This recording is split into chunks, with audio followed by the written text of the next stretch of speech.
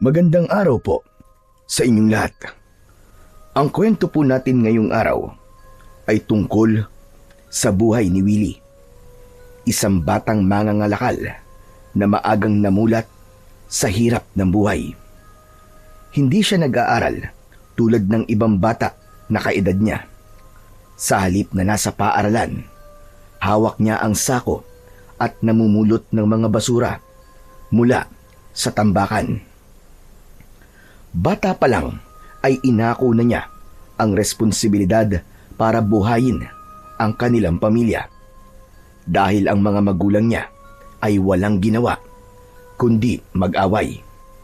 Parehong batugan ang kanyang ina at ama at minsan pa ang kita niya ay pinipilit na kunin ng tatay niya at ginagamit lang itong pang-ambag sa inuman. Ganon din ang naging kapalaran ng kanyang matalik na kaibigang si Agassi. Sugarol naman ang nanay nito at wala ring pakialam sa kanya. Sila ang mga batang kahit hindi pa ganap na handa sa mga responsibilidad, ay ganap na nilang nararanasan at pinasan ang bigat ng mundo. Ngunit isang araw, habang nangangalakal sila, may natagpuan si Willie, isang luma at kalawangin na kalaykay. Sa unang tingin, karaniwan lamang itong gamit na pangkalaykay. Ngunit hindi nila alam na yun pala ang magiging simula ng isang pagbabago. Hindi lang sa buhay nilang magkaibigan, kundi pati na rin sa buong baryo.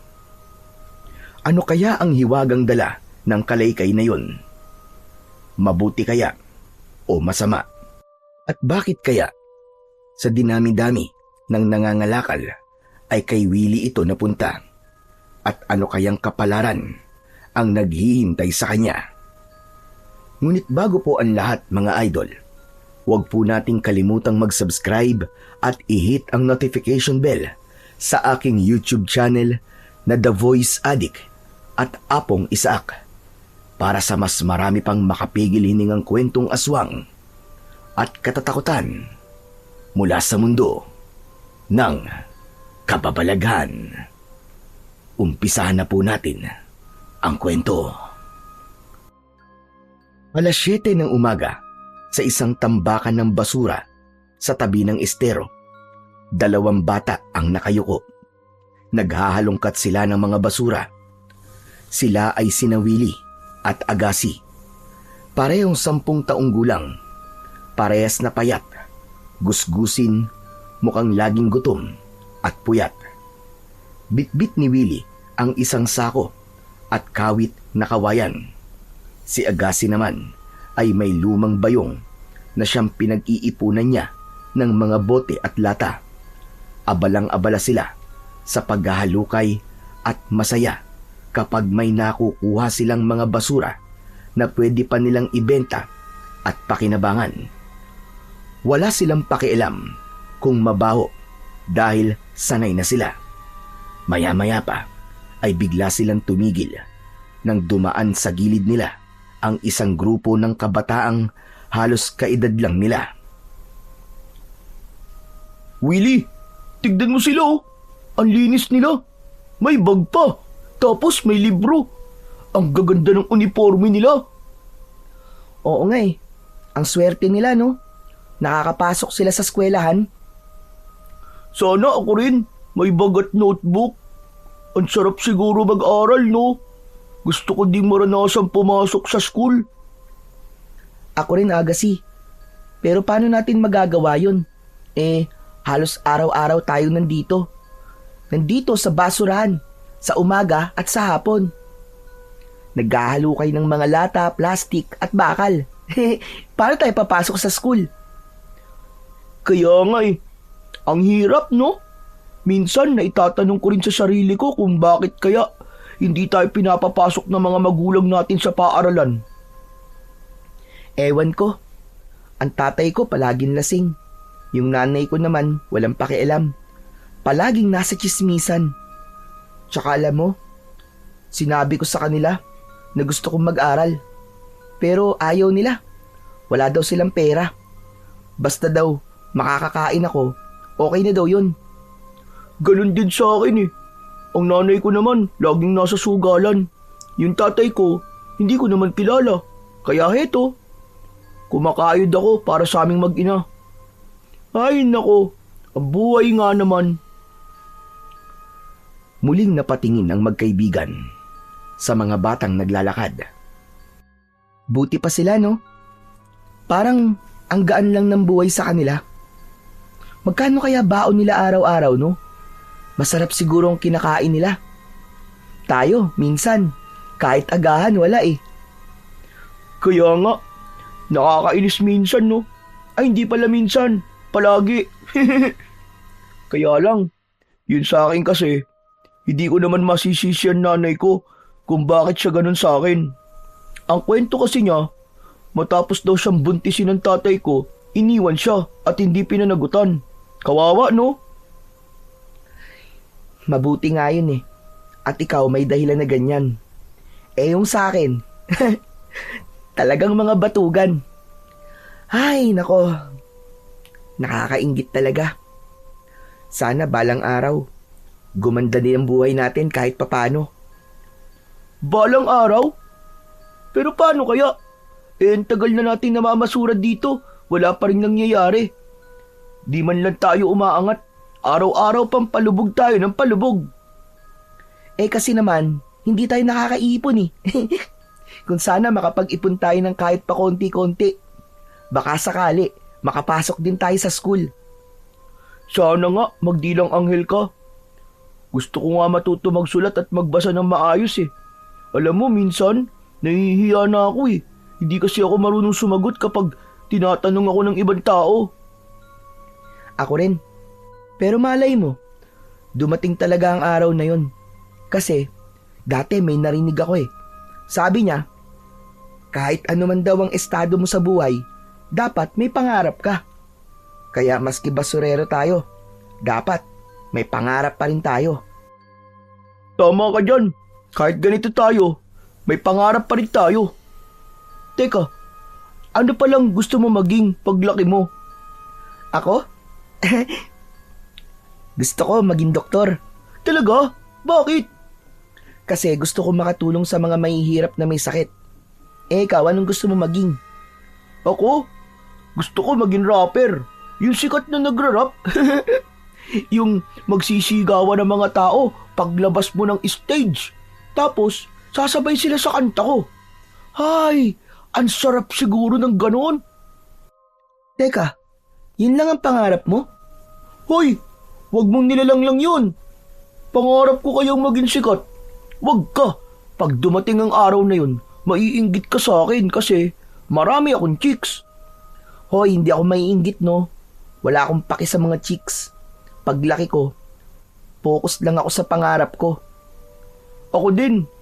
Kaso, paano ba natin yun maaabot kung dito lang tayo? 10 taong gulang na tayo parehas pero kahit isang araw, di pa natin nararanasan na pumasok sa eskwelahan. Pwede bang maging doktor maski hindi nag-aral sa elementary? Siyempre hindi pwede no. Pero, huwag ka mag-alala, Agassi. Alam ko may awa ang Diyos. Palagi lang tayong magdasal. Parati din natin siyang kulitin.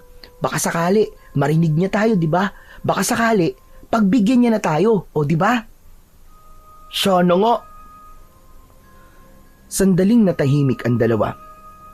Tahimik nilang pinagmamasdan ang mga batang papasok sa eskwela. Malinis ang uniforme, kumpleto sa gamit, at may kasamang mga magulang na nakahawak pa sa kanilang kamay. Ramdam nila ang lungkot at inggit. Maya-maya pa, tumalikod si Willie. Yumuko siya at pinulot ang isang lumang lata. Inilagay niya yon sa kanyang sako na para bang gusto niyang ibaling doon ang kanyang atensyon. Matagal niya nang kinikimkim ang hinanakit sa kanyang mga magulang. Marami siyang tanong sa mga ito na di niya matanong dahil alam niyang wala rin namang sasagot sa kanya. Bigla siyang napasinghot ng malakas. Napansin naman yon ng kaibigan niyang si Agassi. Teka, hoy Willie, umiiyak ka ba? Hindi ah. Ano lang to? Allergy. Anong pinagsasabi mong allergy? At tagal na nating namamasura, ngayon ka pa talaga nagkasakit ng ganyan? Hoy, pangmayaman lang yan. Mahiya ka. Umamin ka na kasi. Umiiyak ka no. Ayos lang yan. Ako nga rin eh. Minsan, umiiyak ako ng mag-isa eh. Oo na. Umiiyak ako. Kasi naman pakiramdam ko, walang nagmamahal sa akin. Ay nako, hayaan mo na. Di ka pa ba sanay? Bakit kasi sa dinabi namin ng tao na pwede nating maging magulang, sa kanila pa tayo napunta? Ano kaya naging kasalanan natin, no? Bakit tayo nagdudusa ng ganito? Hindi naman natin kasalanan to eh. Hindi naman tayo ang pumili ng ganitong buhay. Ang magagawa na lang natin, magsikap at magtiyaga. Sa bagay, tama ka. Salamat Agassi ah. Buti na lang, may kasama akong katulad mo. Kung ako lang siguro, baka matagal na akong sumuko. Ako rin naman eh, pareho tayo. Hindi ko alam kung saan ako pupulutin kung wala ka. Mabuti na lang talaga at nagkakilala tayo. At parang kapatid na kita, sandigan at kakampi. Oo nga, wala rin naman tayong maaasahan sa pamilya eh. Kaya, ikaw na lang din talaga ang sandalan ko. O di ba? Kaya ayos lang yan. Kung anong meron tayo ngayon, ipagpasalamat na lang natin sa Diyos. Kahit gutom, pagod o mabaho tayo araw-araw, basta magkasama tayo, kakayanin natin. Tama ka, kakayanin natin. Kaya walang iwanan ha. Kung sakali man na maging doktor ka sa hinaharap at ako maging sikat na rapper, huwag nating kakalimutan tong pinagsamahan natin ha. Abay oo naman. Kaibigan, habang buhay. Oo, kaibigan, habang buhay. Ngumiti si Willie at dun unti-unting gumaan ang kanyang loob. Nagpatuloy na sila sa pangangalakal nila. Muli nilang nilanghap ang dumi at amoy ng bulok na basura. Ngunit sa kanilang mga puso, naniniwala silang darating ang araw na magbabago rin ang kanilang kapalaran. Habang iniaangat ni Willie ang sako na halos mapuno na ng bote at lata, muling may dumaan na mga estudyante. Saglit na natigilan si Willie at Agassi. Napatingin sila at bagamat muling sumundot ang inggit sa kanilang puso, hindi na ganon kabigat tulad kanina. Ngayon, mas malinaw na sa kanila na kahit hindi sila kabilang sa mundong yun, may daan pa rin silang tatahakin. Hindi man madali, alam nilang pwede pa silang mangarap. Bumuntong hininga si Willie, saka muling isinakay sa balikat ang sako niyang mabigat na sa dami ng laman.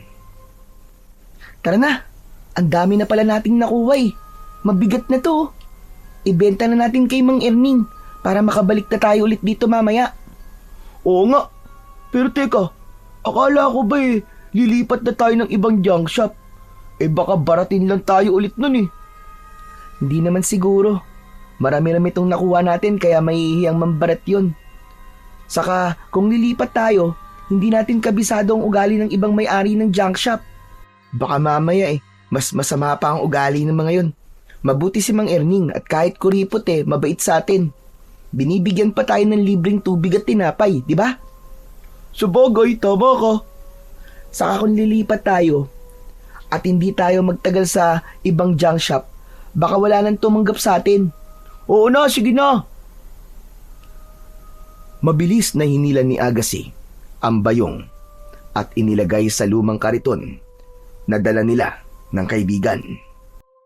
Tinulungan na din niya si Willie na mailagay din ang sako nito sa loob ng kariton. Ayos ah. Madami nga pala talaga ang nakuha natin. Oo, at sigurado akong tiba-tiba tayo ngayon. May pambili na tayo ng masarap na ulam mamaya. Kaya nga. O ano, tara na. Tara, Mamaya, pag nakabenta na tayo bago tayo umuwi, ililibre kita ng palamig dun sa kanto para pampatanggal uhaw at pagod. sige ba? Sabi mo yan ha, wala nang bawian. Oo naman. Ako ang sagot ngayon, huwag ka mag-alala. Nang maisakay na ang lahat ng mga nakuha nila, itinulak na nila ang kariton papunta sa junk shop na kanilang suki. Samantala, pagkalipas ng ilang minuto, ay naibenta na nila ang kanilang mga kalakal. Matapos bumili ng palamig, ay umuwi na rin ang mga bata sa kani-kanilang mga bahay. At pagdating ni Willie sa kanila, agad na narinig niya ang malakas na boses ng kanyang mga magulang. Tulad ng dati, ay nagsisigawan na naman ang mga ito. Hindi na muna siya dumiretso sa loob, bagkus ay pumunta siya sa likod ng bahay at doon itinabi ang kanyang mga gamit. Doon na rin siya naglinis ng kanyang katawan at nagbihis. Patuloy sa pag-aaway ang kanyang tatay at nanay.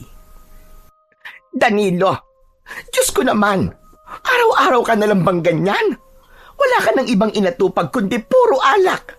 Abay, magkaroon ka naman ng pakialam sa pamilya mo. Magbigay ka naman ng pagkain natin. Huwag naman ganyan na puro sarili mo lang ang iniisip mo. Puro bisyo. Tigilan mo ako, Lourdes ha. Wala kang karapatan na sermonan ako. Hindi mo alam kung gaano kabigat ang dinadala ko. Dinadala o tinatakasan? Ang hirap ng buhay. Hindi dahilan yan para pabayaan mo kami ng anak mo. Kung tunay kang padre de pamilya, abay maghanap ka naman ng paraan para kami mapakain. Hindi yung dyan mo na lang palagi nilalaan sa mga alak mo. Manahimik ka na ha. Napipikon na ako sa bunganga mo. Nagsasawa ka na? Talaga ba? Ikaw pang may ganang magsawa. Wala ka naman talaga silbi, di ba? O tignan mo yung kumari kong si Sean. Ang ganda ng buhay ngayon.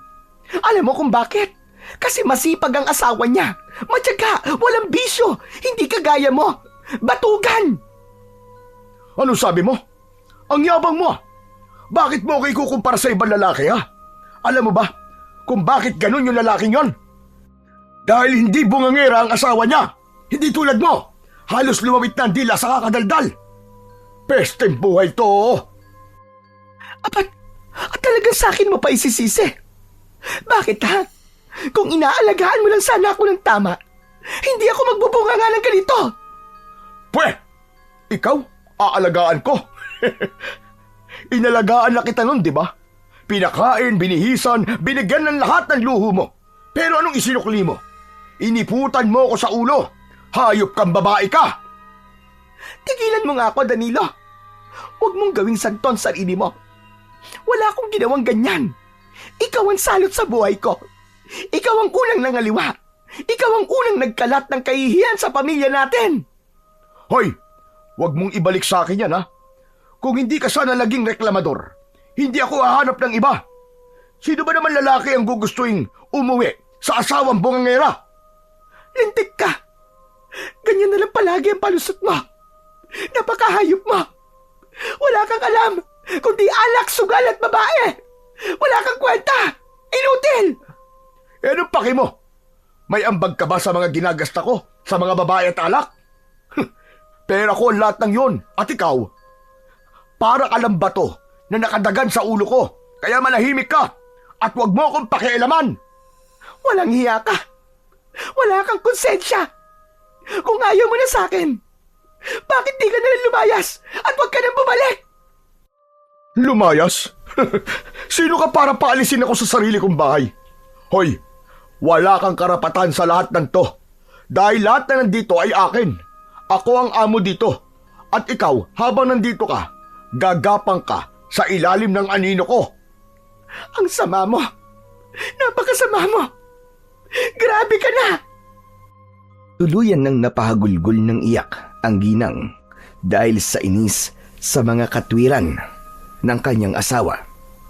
Samantala, ay ngumisi-ngisi naman si Mang Danilo habang nakasandal sa isang sirang upuan na gawa sa kawayan. Pulang-pula ang mga mata niya at nangingitim na ang labi dahil sa kakainom ng alak. Puro reklamo. Wala nang ibang alam kundi magreklamo. Kahit na anong gawin ko, mali pa rin. Sino bang hindi mapapagod? Walang kakontentuhan. Ay nako, visit na buhay to. Sa mga oras na yon, nakatayo na si Willie sa may pintuan nila sa kusina. Hinintay niya munang sandaling tumahimik bago siya pumasok.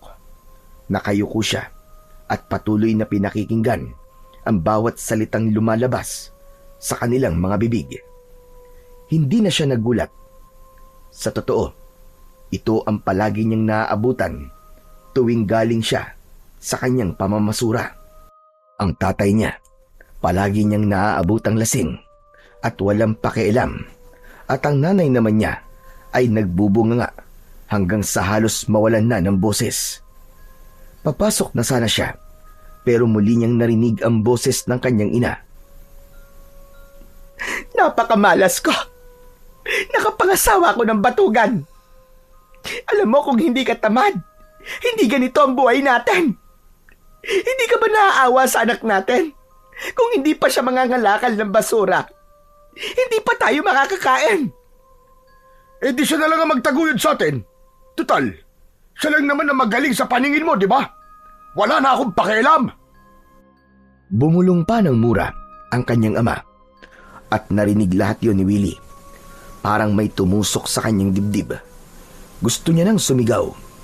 Gusto niyang ipaalam na napapagod na siya sa ganitong buhay nila. Pero pinili na lang niyang huwag nang magsalita. Napatingin siya sa paligid ng bahay nila.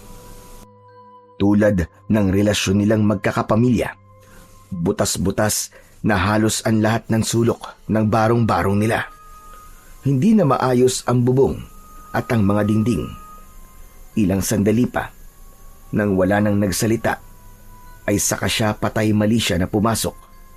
Ibinaba niya sa mesa ang tira niya sa pandesal na ibinigay sa kanila kanina ni Mang Erning. Pilit niyang iniiwas ang tingin sa kanyang mga magulang, pero huli na. Agad siyang napansin ni Aling Lourdes. Oh, ayan! Ayan na ang anak mo, Danilo! Oh, tama-tama anak. Ano, kumusta? May dala ka bang pera dyan? May kaunti po kaming naibenta ni Agassi kanina.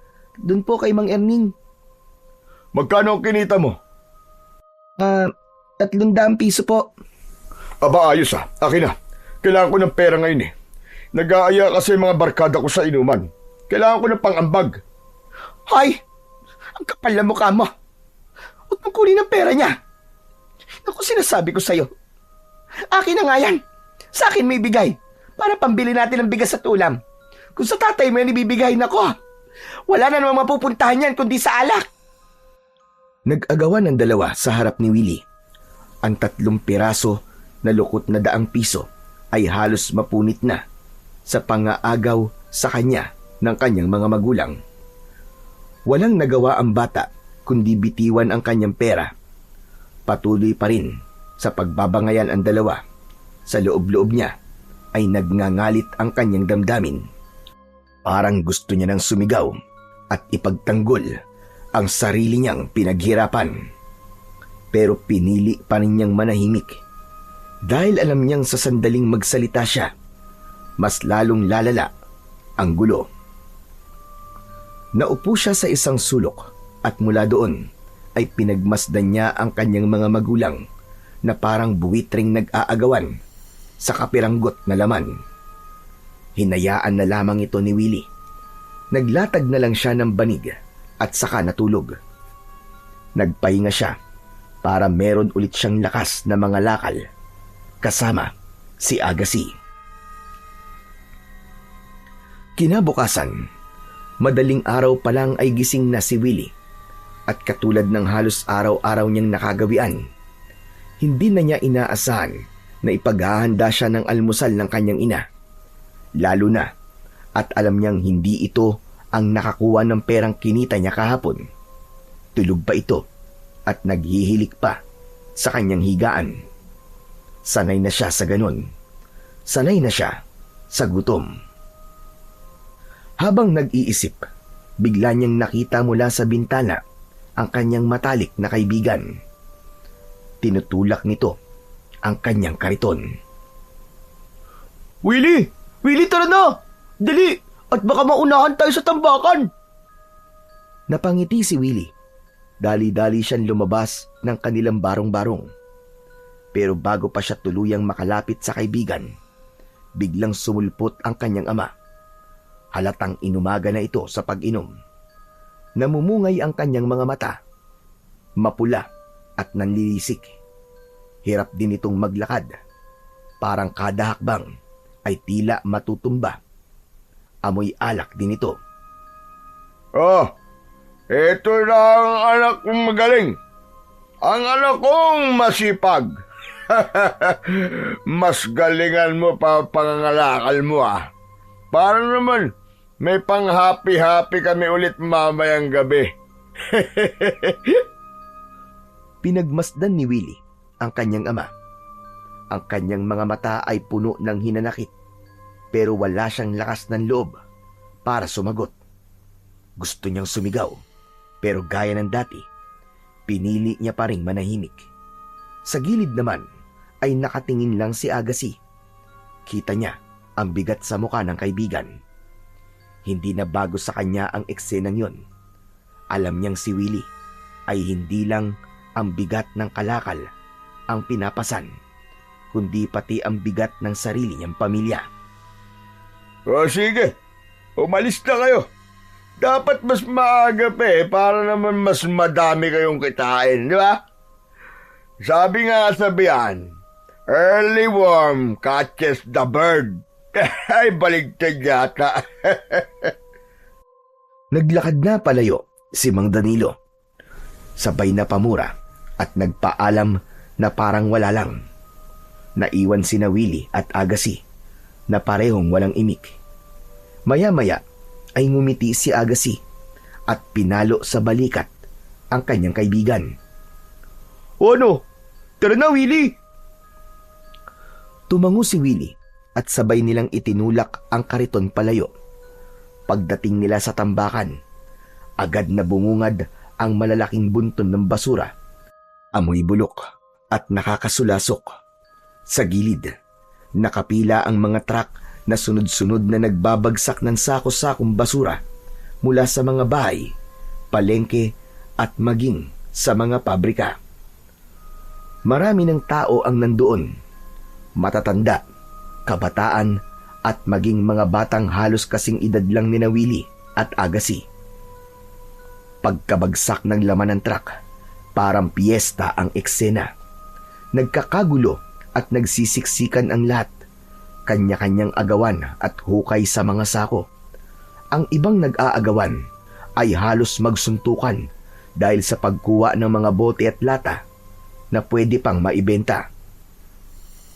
May ilan na naguhugas ng nakuha nilang plastik at bote sa maduming estero.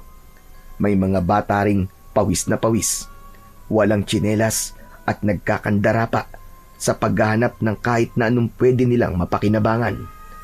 Ang iba naman ay may daladalang timba para sa tira-tirang pagkain na mahahanap nila. Ito ang tinatawag nilang pagpag. Hindi pa man nagtatagal sina Willie at Agassi sa paghukay, ay may nangyaring hindi inaasahan. Biglang naitulak ng isang matandang lalaki si Agassi. Nahulog siya sa gilid ng tambakan at diretso sa mabahong estero. Agassi! Dali-daling iniwan ni Willie ang sako at tumalon sa gilid. Inabot niya ang kamay ng kanyang kaibigan. Mabilis niyang inangat si Agassi bago pa ito tuluyang lumabog sa malansang tubig. Hingal na hingal sila pareho. Basang-basa na rin ang kanilang damit. Dahil sa nangyari, ay pinili na lang muna nilang umupo at magpahinga. Mamaya na lang tayo mamulot. Kasi mamaya hindi na magulo. Magsisiuwian na rin ng mga yan kapag puno na ang mga sako nila. Sa bagay. Pero pasensya ka na, Willie ah. Dahil sa akin, pati ikaw, naabala sa pamumulot. Ano ka ba? Ayos lang yun, no? Alangan namang pabayaan kitang malunod. Wala naman sasagip sa yung iba kasi lahat abala sa pagkakalkal. Kaya nga Kaasar naman kasi yung matandang lalaki na yun. Sinadya niya talaga akong itulak. Wala siyang pakialam kung mapahamak ako. Ano, gusto mo? Rest ba ka natin? Sa taba niyang yun. Uy, ang tapang mo ah. Maski alam mo di natin kakayanin, gusto mo pa rin rest bakan? Pababayaan na lang natin siya mambuli. Dinadaan-daan niya lang tayo sa palakihan ng katawan Aba, hindi pwede yun Hayaan mo na. Kung papatulan natin, baka mas malaking gulo pa yun. Baka mas lalong hindi na tayo makapunta dito, di ba? Sa bagay. Pero pangako ko sa'yo, kapag inulit niya yun, malilinti ka na talaga sa akin ng baboy na yun. Kalma! Wag mainit ang ulo. Pero grabe no, muntik na talaga ako dun. Kaya ikaw, mag-iingat ka na sa susunod Ay, nako. Ang hirap talaga kumita ng pera. Akala ng iba madali lang ang ginagawa natin. Akala ng iba, namumulot lang tayo ng basura tapos ayos na, may pera na. Pero hindi nila alam kung gaano kadelikado ang ginagawa natin. Kaya nga hindi nila alam na ganito. Maliban sa gutom at init, halos ilagay natin ang buhay natin sa alanganin. Tulad nung kanina. Aba, munti ka nang mapahamak dun. Kaya nga kawawa naman tayo no. Ikaw, pinang-inom ng tatay mo yung kinita mo. Ako naman, pinansugal ni nanay. Ano kayang pwede nating gawin Ang hirap kumayod. Tapos sila parang wala lang. Wala naman tayong magagawa Ganon talaga sila. Ay nako, tara na nga. Napatagal na ang kwentuhan natin dito. Nagkangitian sila. Maya-maya ay tumayo na silang muli at bumalik sa paghalukay. Muli nilang naamoy ang bulok na amoy ng basura pero hindi nila yon ininda. Ilang sandali ang nakalipas nang malapit nang mapuno ang sako nilang parehas. Biglang nakaramdam ng matinding sakit sa paa si Willie. Aray! Aray ko! Ano ba tong natapakan ko? Ang sakit! Naupo siya at napahawak sa kanyang talampakan. Nang tignan niya, may sugat ito at may konting dugo. May naapakan siyang tila matulis na bagay na nakabaon sa ilalim ng basura. Uy, Willie, ayos ka lang ba? Ano yan? Ano ba nangyari? Dahan-dahan niyang kinalkal ang parte ng basurahang tinapakan niya. Ilang tambak din ng plastik ang kanyang inalis. Hanggang sa bumungad ang isang kalawangin at sirang kalaykay. Mahaba ito, gawa sa bakal at halatang matagal nang nakabaon sa tambakan. Ay, ito pala. Nakatapak ako ng kalaykay. Ito. Oo nga no. Pero teka, aba mukhang mabigat yan Mabibenta mo ng mahal yan kay Mang Erning. Ha? Sure ka? Sino naman bibili ng kalawanging kalaykay? Wala naman na itong silbi. Hindi natin alam. Pero kasi bakal pa rin yan Sayang naman, kunin mo. Ilagay mo sa kariton. Dagdag kita din yan. Napaisip si Willie. Totoo nga naman. Kaya't imbis na itapon, inilagay niya ang kalaykay sa kanilang kariton. Ngunit nang mailagay niya ito doon, may napansin siyang kakaiba sa kalaykay. Para kasing biglang nagbago ang anyo nito. Naging makinang, lalo na nang nasikatan ng araw. Ngunit sa isang kisap mata, bumalik din ito sa itsurang kalawangin. Ano yun? Bakit ganito ang pakiramdam ko sa kalaykay na to? Napakunot ang noo ng bata. Muli niyang hinawakan ang kalawanging kalaykay. Pero sa pagdampi muli ng kanyang balat, ay may naramdaman siyang kakaibang init na parang may dumaloy pang kuryente. Muli niyang tinitigan ito at nakita niyang muli itong kumislap. Ngunit sa bawat kisap mata ay bumabalik ito sa pagiging ordinaryong kalawanging kalaykay. Hoy! Ano ba nangyayari sa'yo? Ba't parang namumutla ka dyan? Kasi Agassi, itong kalaykay, hindi siya ordinaryo. Halika, tingnan mo. Anong hindi ordinaryong sinasabi mo? Ay nako, Willie. Gutom lang yan. Kaya kung ano-ano nang naiisip mo. Saglit na natameme si Willie. Itinaas niya ang kalaykay at iniharap yun kay Agassi. At nakita nga niya na kumislap itong muli. Mas maliwanag.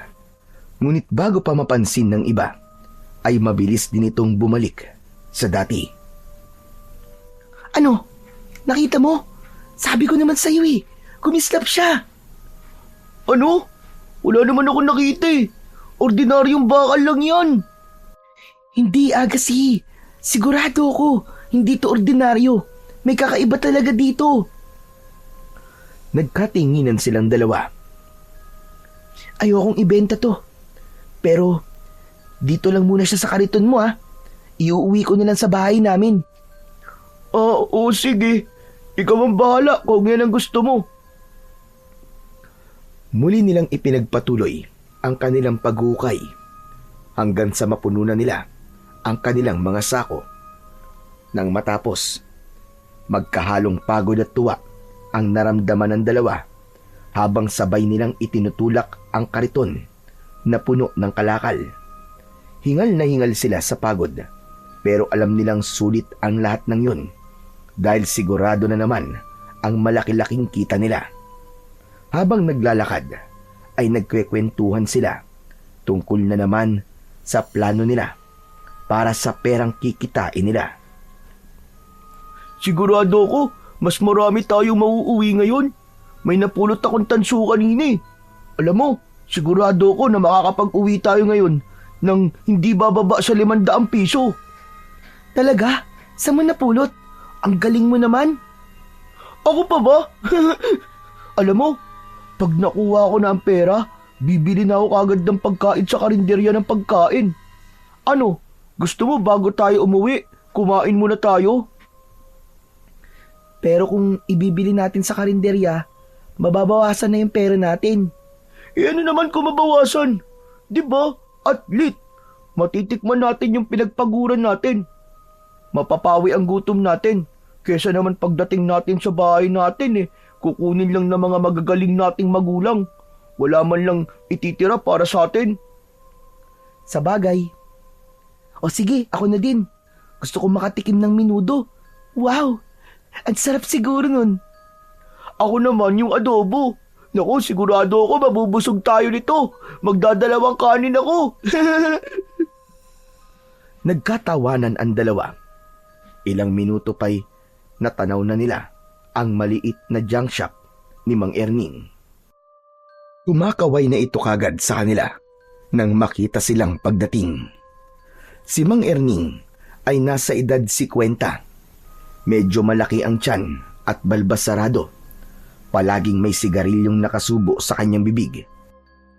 Nasa harap ito ng shop at nakaupo sa lumang monoblock chair habang panay ang hitit buga ng sigarilyo. Tumayo na ito nang makalapit sila.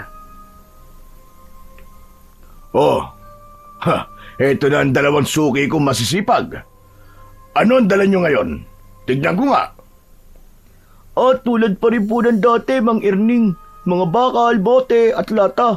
At saka, may bonus. May tanso po. Talaga? May tanso kayo? Ang galing nyo naman. Alam nyo bang mahal yun? Opo, kaya nga po nung makita ko sa tambakan, kinuha ko kagad at itinago sa ilalim ng kariton ko para di nila makita.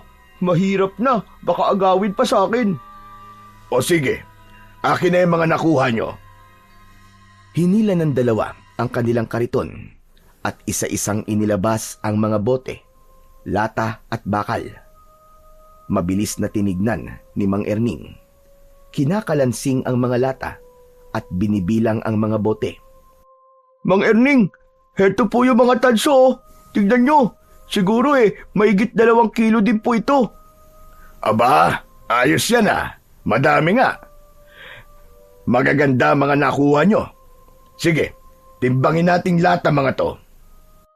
Kinuha ni Mang Erning ang kanyang lumang timbangan at isinalang ang kanilang mga kalakal ayon sa uri nito. Habang ginagawa niya yon, napansin niyang may kakaibang bagay na nakasilip sa gilid ng kariton. Isang kalawangin at tila sirang kalaykay. Agad na kumislap ang mata niya. Iniwan niya ang ginagawa at lumapit siya. Hinawakan niya yon. Maganda to ah. Isang antik na kalaykay. Nakuha niyo din ba to sa basurahan? Opo. Doon din po sa tambakan. Bakit po, Mang Erning? Bakit hindi niyo pa sinama sa mga binibenta niyo? Abay dagdag kilo din to para sa bakal. Ay, hindi ko po ibibenta, Mang Erning. Iuuwi ko po sa amin. Ha? Bakit naman? Aanhin mo ang ganito. Wala lang po. Alam mo, wag mo nang iuwi. Bibiling ko to sa'yo. Gusto ko to Naku hindi ko po talaga ibibenta yan Kalaykay lang naman to Luma na. Basura na to. Sayang kung itatabi mo lang sa inyo. Hindi mo na to mapapakinabangan. Sige na, ibenta mo na lang sa akin. Magkano ba ang gusto mo? Po? Ang sabi ko, magkano gusto mo? Hindi po talaga Mang Erning. Pasensya na po kayo. 500 para sa kalaykay na to. Wag na po. Hindi ko po talaga ipinagbibilian, Mang Erning. O sige, 1,000. Pambili mo na yan ng kalahating sakong bigas. Matagal-tagal nyo rin kakainin yon, sayang. Ayaw mo ba nun? Gusto po. Pero kasi... Naku, ibenta mo na. Baka mamaya magbago pa ang isip ni Mang Erning Sayang na sayang talaga. Pera na yan, partner. Napatingin si Willie kay Mang Erning. Hindi niya mapigilang mapansin na tila sabik na sabik ang matanda sa kanyang kalaykay. Pakiramdam niya ay may alam ito tungkol sa kalaykay at doon lalong tumibay ang hinala niya na hindi ito basta bakal. Sorry po, Mang Erning. Hindi po talaga Hindi ko po ibibenta yan kahit magkano po ang alok niyo sa akin. Sandaling nagdilim ang muka ni Mang Erning. Hindi na siya ngumiti. Bagkus, tumitig siya kay Willie na parang sinusuri ang kaluluwa nito. Sigurado ka ba, bata? Nako, kung alam mo lang kung ano ang pinapalampas mo. Sigurado po ako, Mang Erning. Tumaas ang tensyon. Si Agassi hindi alam ang gagawin, habang si Willie naman ay hinawakan ng kalaykay na parabang pinoprotektahan ito. Sige na nga, ayaw mong ibente. Okay lang, walang problema. Hindi na sumagot pa si Willie. Imbis ay inayos niya ang kalaykay at muli itong ibinalik sa kariton. Lumapit na ulit ang matanda sa kanyang timbangan at agad na pinresyuan ang dala nilang mga kalakal at pagkatapos ay nag-abot ito ng bayad. Pero ramdam ng dalawang bata ang biglang paglamig ng pakikitungo nito. Seryoso na rin ang kanyang muka. Hindi na rin sila pinameryenda nito tulad ng dati. Hanggang sa umalis na silang dalawa. Lagot, nagtampo ata sa'yo si Mang Erning. Bakit naman kasi di mo pa binenta sa kanya yan Sayang kaya yung pera, biruin mo 1,000. Hindi sayang yun. Alam mo, may pakiramdam akong kakaiba ang kalaykay na to, kaya gusto niyang bilhin kahit magkano. Alam mo yun? Jack, na mas mahal pa ito dun sa perang inaalok niya, kaya hindi sayang. Ano ka ba? Ha? Sa palagay mo ba ganon? Sure ka? Mahal ang bagay na yan? Hindi nga. Sigurado nga ako, Agassi. Basta itatabi ko muna to Huwag mong sasabihin sa iban tungkol dito Oo na. Teka, bakit ang weirdo mo? Nagpatuloy sila sa paglalakad. Ngunit hindi nila namalayan sa likod nila ay nakatanaw pa rin sa kanila si Mang Erning at pinagmamasdan silang dalawa. Nagsindi muli ito ng sigarilyo at may malamig na ngiting sumilay sa kanyang mga labi. Tahimik ang buong paligid nang dumating si Willie sa kanilang barong-barong. Nagtaka siya dahil hindi siya sanay sa ganong klase ng katahimikan. Medyo kinabahan siya ng mga oras na yon at inisip na baka may masama nang nangyari sa mga magulang niya. Maingat siyang pumasok sa loob ng kanilang bahay. Bitbit niya ang kalaykay. Ipinasok niya agad ito sa kanyang kwarto at itinago sa ilalim ng kanyang katre. Dito ka muna ha. Hindi ka kasi pwedeng makita ng iba eh. Pagkatapos ay lumabas na siya, pero muling bumalik sa loob nang maalala na baka biglang dumating ang mga magulang niya. Agad niyang inilabas ang kinita niya at itinago ang mahigit 200 piso. Tapos ang 300 ang kanyang maingat na inilapag sa ibabaw ng katre.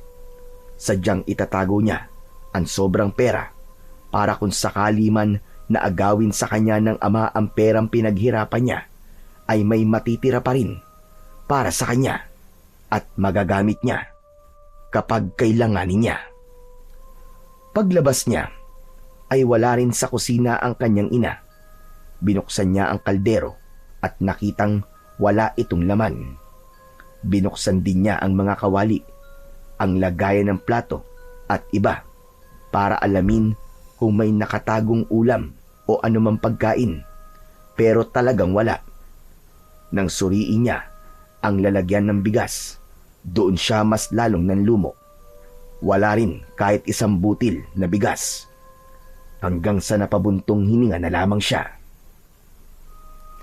Lumabas na siya ng tuluyan at naligo. Pagkatapos ay agad siyang nagbihis. Sinuot ang isang lumang t-shirt at shorts na halos butas-butas na. Lumabas na siya ng bahay pagkatapos makuha ang pera niya. Plano niyang sunduin si Agassi at sabay silang kakain sa karinderya tulad ng kanilang napag-usapan kanina. Ngunit hindi pa man siya nakakalayo ay napansin niya ang kumpulan ng mga tao sa may kanto at sa gitna ng kumpulan namataan niya ang kanyang ina na si Aling Lourdes. Nakita siya nito at agad na sinenyas ang lumapit. Nagmano siya, ngunit nagulat siya nang bigla siyang hilahin ito palayo sa karamihan. Anak, kumusta ang kita? Nakarami ka ba ng kalakal? Ayos lang po, Nay. Nakaipon po kami ni Agassi. Medyo marami-rami rin po. Agad na gumuhit ang matamis na ngiti sa labi ng ginang nang marinig yun. Ay, salamat. Mabuti naman at naunahan ko din ang tatay mo sa lintik na perang yan. O akin na, dali. Ibigay mo sa akin ang kita mo. Kailangan kong bumili ng bigas at konting ulam. Wala lang kalaman-laman ang kusina natin. Pero, Nay... Anong pero? Teka, huwag mong sabihin kinuha ng tatay mo. Naku, akala ko pa naman mauunahan ko ng batugang yon. Buwisit talagang buhay to. Sandali lang po, Nay. Nasa akin pa naman po talaga yung pere. Pagdating ko po kasi dun sa bahay, wala naman pong tao dun, saka... Hindi na natapos ni Willie ang dapat niyang sabihin dahil agad na kinalkal ng kanyang ina ang kanyang bulsa at kinuha doon ang 300 piso. Wala na ba, anak? Ito na lang ba talaga? Wala na po. Yan lang po, Nay. Akala ko ba madami? Marami na po yan, Nay. Puno po ang kariton namin sa kita na yan. Ganun ba? Bukas mas damihan nyo pa, ha? Para madagdagan yung nabibili kong bigas. Ay, ang hirap ng kalagayan natin sa totoo lang. Isang kahit isang tuka talaga. Nang marinig ito ni Willie, agad na nagpantig ang kanyang tenga. Gusto na sana niyang sagutin ng ina dahil sa tono nito, para bang siya pa ang nagrereklamo, gayong halos siya na ang kayod kalabaw para masuportahan ang batugan niyang ama at ina. Mga magulang na walang ginawa kundi umasa sa kanyang inuuwing kita. Pero kahit ganon, pinipili pa rin niyang manahimik. Madalas ay galit siya sa nanay niya, ngunit may mga pagkakataong naaawa rin siya rito. Sige anak, babalik na ako doon ha? Sige po nay, pero ano po bang ginagawa niyo dito? Bakit po ang daming tao? Saglit na lumingon ang ginang, pabalik sa kumpulan. Sabay ibinulong sa kanya. Nakikiusyoso kasi kami. Ang sabi nila, inaswang daw ang bahay na ito kagabi at namatay ang bagong panganak na sanggol. Ano nay? Totoo po ba yun? Oo anak. Yun ang pinag-uusapan ng lahat eh. Lahat kami nag-iingat. Nakakatakot. Sinong mag-aakala na mangyayari ito dito sa atin? Napailing si Willie. Hindi siya naniniwala sa kwento ng kanyang ina. Para sa kanya ay katang-isip lamang marahil yon ng mga tsismosa sa lugar nila. Bago pa man siya makapagtanong muli, ay umalis na sa tabi niya ang kanyang ina at bumalik na sa grupo ng mga nag-uusap. Tahimik na lang na tumalikod si Willie at nagpatuloy sa kanyang lakad. Hindi niya na nilingon pa ang kanyang ina. Nang makarating siya sa bahay ni na Agassi, agad siyang kumatok. Ilang sandali lang ay bumukas kagad ang pinto at sumilip ang kaibigan niya. Oh, andiyan ka na pala eh. O bakit ganyan naman ang mukha mo? Parang luging-lugi ka. Ano nangyari? Ano kasi? Ikaw na lang muna ang pumunta sa karinderya. Wala na kasi akong pera eh. Ha? Bakit? Ayun, kinuha na naman ng magaling kong nanay. Pinampuhunan na naman dun sa tong-it. Kahit tinago ko na ang pera ko, nakita pa rin niya. Halos subaran nga ako para lang makuha lahat ng pera ko. Hala, ganun ba? Hayaan mo na. Ako, meron akong naitabing 200. Halika na. Ililibre na lang kita. Talaga? Oo. Kasya naman siguro sa atin to, no? Makakakain pa rin tayo ng masarap. Tara na. Salamat ha. Mabuti ka talagang kaibigan, Willie. Sus, ang drama naman ito. Sige na, tara na at baka maubusan pa tayo ng minudo at adobo eh. Ngumiti si Agassi at tumango. Sabay silang naglakad papunta sa karinderya. Maya-maya ay bigla niyang naisip ang nasagap niyang balita sa may kanto kanina. Agassi, alam mo, may namatay na baby dito sa atin. Ang sabi, inaswang daw. At naniniwala ka naman. Hindi naman totoo mga kwentong ganyan sa baryo natin eh. Yun nga din ang naisip ko eh. Ang mga tao talaga, no? Palagi na lang kapag may nangyayaring hindi maintindihan o hindi pangkaraniwan, isinisisi palagi nila sa aswang. Kawawa naman tuloy ang mga aswang. Nagpatuloy pa sila sa paglalakad hanggang sa nakarating sila sa karinderya.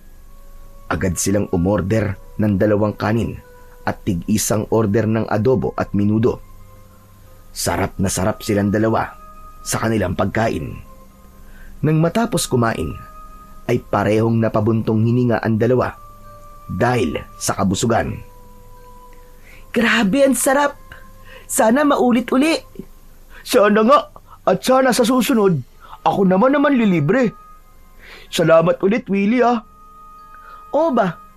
Basta sa susunod, galingan mo na sa pagtatago ng pera mo. Para hindi na nakukuha sa'yo. Oo na. O siya, tara. Umuwi na tayo para makapagpahinga. Babalik pa ba tayo dun mamaya? Kung gusto mo, hindi na muna. Ayos lang naman eh. Sige, bukas na lang ulit ng madaling araw kung ayos lang sa'yo. O sige, gusto ko rin. Kaso si nanay ko, baka magtanong yun kung bakit hindi ako lumabas para mangalakal. Ay nako, bahala siya. Ipapanalangin ko na lang na sana manalo siya para good mood at hindi ako mapagalitan. Tutulungan kita magdasal, wag ka mag-alala. Sige na, uwi na ako ah. Okay. Umuwi na ang dalawa sa kani-kanilang mga bahay. Pagdating ni Willie sa kanilang maliit na barong-barong, ay nadatnan niya doon ang kanyang ina. Nagluluto ito sa kusina. Nay, nandito na po ako. Ay nako, mabuti naman at dumating ka na. Saan ka ba galing? Di po ba nagpaalam po ako kanina na pupunta po ako kila Agassi? Ay oo nga pala. Nasaan po si tatay? Ba't parang hindi ko po nakikita? Hay nako anak. Huwag mo nang hanapin ng wala. Mas mabuti na rin na wala yon. Tahimik ang buhay natin kapag wala siya. Walang gulo, walang away. Kaya wag mo nang alalahanin kung nasaan siya. Nanay naman hindi naman po pwede na hindi natin alamin kung nasaan po si tatay. Siyempre, pamilya pa rin po natin siya. Pamilya ba ang turing sa atin nun? Hindi naman. Mas pamilya pa nga niya ang barkada niya, no? Mabuti pa makain na lang siya ng aswang para wala na akong problema. Ikaw talaga, Nayo. Wag naman po, kawawa naman po si tatay. Napabuntong hininga na lamang si Willie. Totoo rin naman ang sinabi ng kanyang ina na para silang hindi pamilya kung ituring ng kanyang ama. Ngunit bilang bata, may bahagi pa rin sa puso niya na naghahanap ng isang ama kahit wala man lang siyang maramdamang malasakit mula rito. Hayaan mo na ngayon, anak. Baka mamaya masira pa ang mood ko at hindi sumarap tong niluluto kong ulam. Sayang naman. Ano po bang niluluto nyo, Nay? Nagluluto ako ng kare-kare. Si Aling Nena kasi nagpautang ng karne ng baboy. Kaya kumuha ko ng isa. Pang isang linggo naman ang bayad Umutang po kayo ng karne? Saan ho kayo kukuha ng pambabayad nyo dyan? Di syempre sa'yo, anak. Ikaw lang naman ang inaasahan ko. Malakas ka, masipag ka. Sigurado kung kayang-kaya mong doblehin ang kita mo. Po? Pero Nay, hindi po ako makina. Bata lang po ako. Tsaka na hindi po madali ang ginagawa ko Ang hirap nga po ng buhay. Tapos, umutang pa po kayo. Hindi na kumibo ang kanyang ina. Bagkus ay nagpatuloy na ito sa pagluluto na para bang wala itong narinig. Napahawak na lamang si Willie sa kanyang sintido dahil sa biglang pagsakit ng kanyang ulo. Nay, matutulog na po muna ako Pagod na po ako. Sige anak. Mamaya gigisingin na lang kita. Kapag nakaluto na ako, ha? Hindi na po. Kumain na po ako sa karinderya. Nilibre po ako ni Agassi. Walang sigla na pumasok ng kanyang kwarto ang bata. Humiga siya sa katre at pinilit niyang ipikit ang kanyang mga mata. At ilang segundo lang, masarap na ang kanyang tulog. 3:00 ng hapon nang gisingin si Willie ng kanyang ina. Willie, anak. Baka naman nasasarapan ka na masyado sa tulog mo. Abay, mangangalakal pa kayo ni Agassi ngayong hapon, di ba? Sayang ang oras, ano ka ba?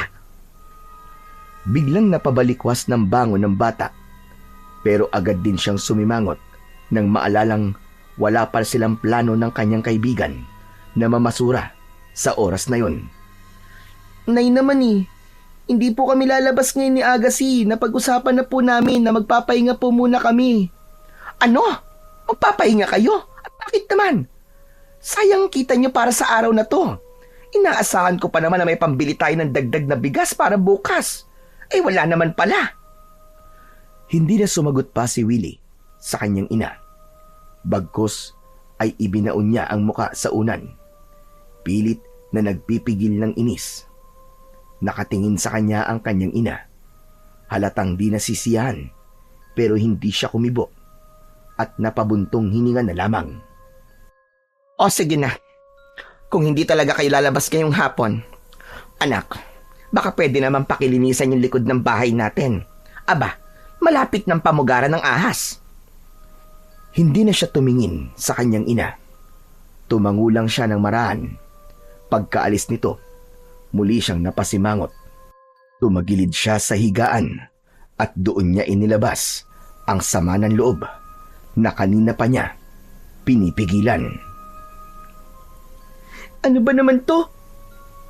Kahit kailan talaga wala na akong pahinga. Laging kita, laging trabaho. Akala mo naman hindi ako napapagod. Bata lang ako, no? Pero parang ako ang tatay at nanay, ah. Ako na lang lahat. Hindi ba nila naiisip na bata ako? Na minsan gusto ko ding magpahinga, maglaro at matulog ng mahaba. Parang di ako bata kung ituring nila. Para bang isa na akong matandang alipin sa sarili naming bahay. Napapikit siya at huminga ng malalim. Pilit na pinapakalma ang sarili. Tapos, papayagan nga hindi mga lakal kaso hindi ka pa rin nila pagpapahingayin. Pati ba naman oras ko para sa sarili ko ay kukunin pa? Ako na lang lagi. Ako na lang at ako. Matapos ang mahabang litanya niya sa sarili, ay pinilit na niyang bumangon. Pagkababa ng higaan, agad niyang naalala ang kalaykay na itinago niya sa ilalim ng kanyang katre. Maingat niyang inilabas ito. Balak niya itong gamitin upang mapagaan ang kanyang paglilinis sa lugar na pinapalinis ng kanyang ina. Panay pa rin ang bulong at mga himutok niya habang palabas ng kwarto. Pagdating niya sa likod ay nakita niya ang napakakapal na mga tuyong dahon. Agad niyang ginamit ang kalaykay. Ngunit sa unang hagod pa lang, ang mga dahon ay biglang naging maliliit na piraso o butil-butil na parang buhanging ginto. Kumikinang ito sa sikat ng araw. Napaatras si Willie, hindi makapaniwala sa kanyang nakita. Yumuko siya at dinampot ang maliliit na butil. Muli niyang kinalaykay ang mga dumi at muli lahat ng dinaanan ng kalaykay ay nagiging buhangin na kumikislap. Hala, ano to? Ano nangyayari? Ang mga dumi at dahon, naging ginto. Ginto ba talaga to? Napatitig siya sa hawak niya at muli ay kanyang inumpok ang mga dumi gamit ang kalawanging kalaykay.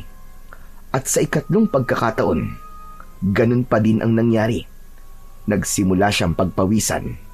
Bumilis din ang tibok ng kanyang puso at halos napanganga sa tuwa. Agad siyang kumuha ng mapaglalagyan ng mga butil-butil na ginto. Pinulot niya ang mga ito at isinilid sa lalagyan. Sinigurado niyang walang masasayang kahit na konti. Habang patuloy siya sa kanyang ginagawa, hindi niya mapigilan ang mag-isip. Kung totoo ngang ginto ang mga to, naku, hindi lang pamilya ko matutulungan ko. Matutulungan ko din si Agassi. Yes, mayaman na kami. Hindi na kami magugutom kahit kailan. Hindi na kami mangangalakal ng basura para lang makakain. Ang galing! Salamat po, Panginoon ko. Isa tong malaking biyaya para sa aming magkaibigan. Umislap ang kanyang mga mata. Sa wakas ay nagkaroon na siya ng pag-asang umangat at makabawi sa buhay. Pero bigla siyang natigilan. Napasandal siya sandali at pinagmasdan ng kinang ng mga butil ng ginto na nasa kanyang paligid. Totoo ba talaga to? Hindi ba ako nananaginip lang? Pero kung sakali man totoo, o kapag tama nga ako, hindi ko lang babaguhin ang buhay namin. Tutulong din ako sa mga nangangailangan. Tutulong ako maski sa maliit na paraan. Saka, matutupad na ang pangarap namin ni Agassi na makapag-aral. Ayos! Ipinagpatuloy niya na ang kanyang ginagawang paglilinis at pag-iipon ng ginto. Samantala, nang malapit ng makakalahati ang kanyang lagayan, ay inisip niyang tama na yon. Ayaw niyang abusuin ang hiwaga ng kanyang kalaykay. Kaya naman, itinigil na niya ang paggamit dito. Maingat niyang ibinalik ito sa ilalim ng kanyang higaan. Kasunod nun, itinabi na rin niya ang bote na may lamang maliliit na piraso ng ginto at saka tinakpan ng kumot. Sakto naman, nang matapos siyang gawin, ay saka naman niya nakita ang kanyang ina na nakatayo sa may pinto at tila pinapanood siya sa kanyang ginagawa. Natigilan ang bata. Ano bang ginagawa mo dyan? Wala po. Nag-aayos lang po ako ng higaan. Anong nag-aayos? Kanina pa kitang nakikita. May inilagay ka dyan sa ilalim. Ano yon? Wala po, Nay. Wala po akong tinatago. Umiling siya ng mabilis, ngunit si Aling Lourdes ay hindi naniniwala sa kanya. Lumapit ito at sinimulang kalkalin ang ilalim ng kanyang higaan. Nasaan yon? Naku, ikaw na bata ka, ha? Huwag mo akong gawing bulag, ha? Alam ko, may nakita akong inilagay mo dito. Kita ko! Oh, ayan ha? Inilagay mo dito yung kalaykay. Bakit ka naglalagay ng basurang gamit dito, ha? Saka ano to? Biglang nanlaki ang mga mata ng ginang nang makita ang bote na may lamang makikinang na butil. Ano to? Anak? Ginto ba ito? Po, ang ginto hindi po ah. Laruan lang po yan, akin na po. Wala pong kwenta yan. Laruan? Eh bakit ganyan ang kilos mo? Para kang magnanakaw na ayaw magpahuli. Saan mo ba nakuha to? Ninakaw mo ba to? Kanino? Hindi po, Nay, hindi ko po yan ninakaw. Hindi naman po kasi ginto yan eh. Buhangin lang po yan, Nay. Pero hindi siya nakinig. Binuksan niya ang bote at naglagay ng ilang piraso sa kanyang palad. Maya-maya pa ay napangiti. Aba, mukhang mga ginto nga ito. Natigilan ang bata at napalunok. Pilit niyang itinago ang kanyang kaba. Hindi po, Nay, hindi po yung ginto. Ako lang po talaga may gawa niyan eh. Laruan lang po yan talaga, Nay. Anong laruan ang sinasabi mo? Kitang-kita ko, Willie. Kumikinang, oh. Hindi mo ba alam na malaking pera to? Yayaman na tayo nito, anak. Akin na lang to, ha? Hindi mo pa naman kailangan na maraming pera eh.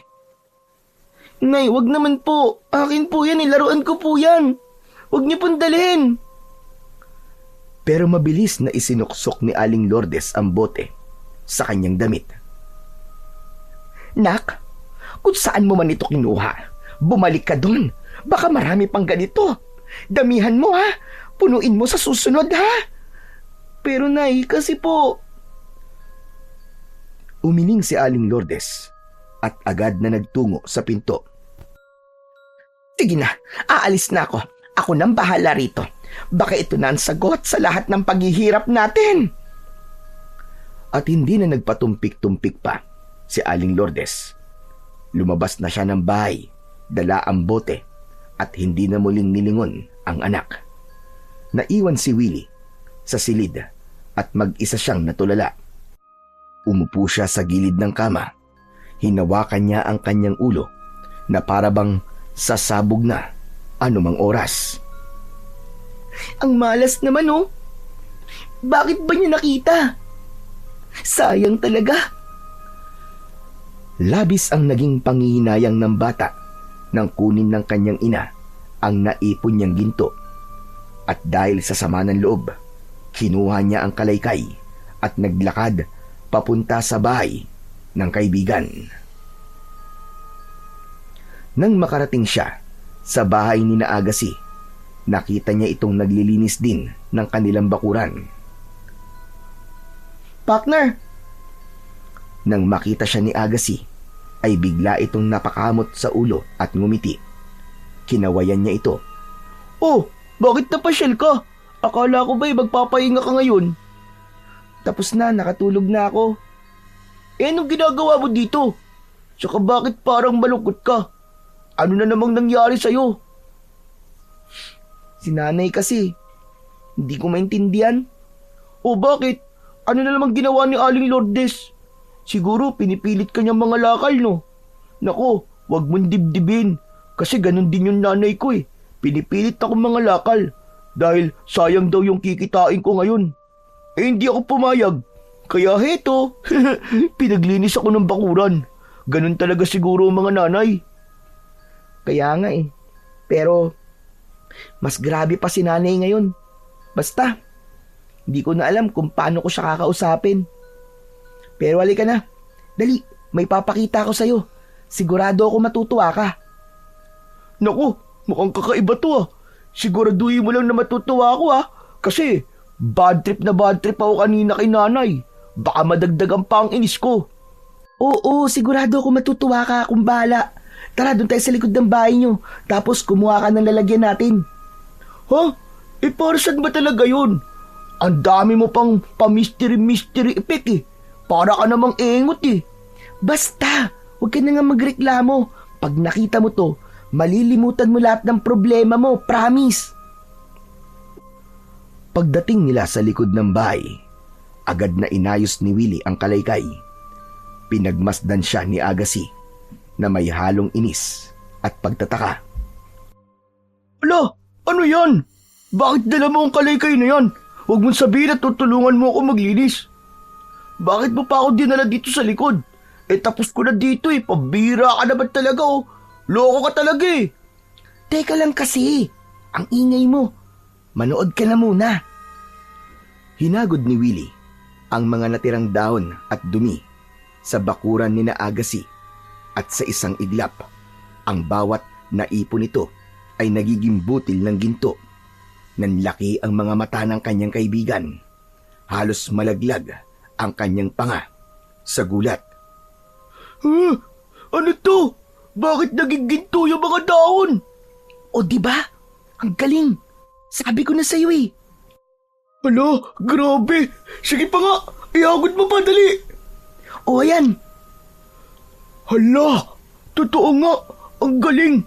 Nagiging ginto ang mga dumi. Paano nangyari yun? Yung kalaykay. Oo, mahiwaga ang kalaykay. Ang swerte mo naman, Willie. Maswerte tayo. Ano ka ba? Para sa ating dalawang swerting ito. Ito na yun. Ito na yun, partner. Hindi na tayo magugutom. Hindi na tayo mangangalakal ng basura. Sandaling natahimik si Agassi. Tumingin siya sa kanyang kaibigan at saka ngumiti. Hindi siya makapaniwala na sa kabila ng hirap nila, naisip pa rin ni Willie na isama siya sa swerte. Kaya lang may problema tayo, Agassi. Hindi pa natin alam kung talagang totoo to. Siguro hintayin na lang muna natin si nanay kung ano magiging epekto ng pagbebenta niya. Kasi kanina, yung naipon ko doon sa likod ng bahay namin, nakita niya eh. Kinuha niya. Tapos kung totoong ginto yun, sasabihin ko sa'yo. O eto, sa'yo na. Ibenta natin pag sigurado ng ginto to. Sige. Kaya lang. Kaya lang ano? Kung ibinenta na ng nanay mo ang ginto nyo, baka marami nang makaalam. At kung marami makaalam, baka matuklasan nilang dahil yun sa mahiwagang kalaykay mo. Baka agawin yan sa'yo at maging mitya pa ng buhay nyo. Hindi agad nakasagot si Willie. Tumingala siya at pilit na pinipigilan ang kanyang pagkabahala. Maigpit niyang hinawakan ang kalaykay. Hindi niya naisip kagad ang problemang yun, lalo na at alam niya kung gaano ba katsismosa ang kanyang nanay. Lagot, hindi ko naisip yun ah. Anong gagawin ko ngayon? Baka maging delikado ang buhay ko nito. Hindi ko rin alam eh. Bahala na nga. Sige, alis na muna ako. O sige, ingat ka sa daan ha. Usap na lang tayo ulit bukas. Pagkatapos ng kanilang usapan, agad na umuwi si Willie. Habang naglalakad pa uwi, panay ang isip niya sa kung ano ang mangyayari kung sakali na madiskubre ng iba ang tungkol sa kanyang mahiwagang kalaykay. Maya-maya pa ay nakarating na siya sa kanilang bahay. Agad na sinalubong siya ng katahimikan. Wala pa si nanay at tatay. Magagabi na. Wala pa rin. At dahil wala siyang kasama, siya na lang ang kumuha at sumandok ng kanin at ulam na natira mula pa ng tanghali. At pagkatapos ng kanyang hapunan, dumiretso na siya sa kanyang kwarto para matulog at magpahinga ng maaga. Ngunit hindi naman siya dalawin ng antok. Mabilis na lumipas ang oras. Unti-unti nang dumidilim ang paligid. Tahimik na ang baryo. Ngunit ilang saglit pa, biglang umingay. May mga kaluskos na nanggagaling sa labas. Tapos ay may mabahong amoy din ang biglang umalingasaw. Willie, Hala, sino yun? Bakit may tumatawag sa pangalan ko? ibigay mo sa akin ang kalaykay, Willie. Akin na! Napakagatlabi ang bata. Tinig niya ang tinig na yun. Mula sa labas ng dingding. Isang boses na parabang nanggagaling sa ilalim ng lupa. Hindi niya alam ang gagawin sa pagkakataong yun. Naunahan siya ng takot. Maigpit niyang hinawakan ang kalaykay. Hindi! Hindi ko ibibigay ang kalaykay sa kahit na kanino! Hindi mangyayari yun!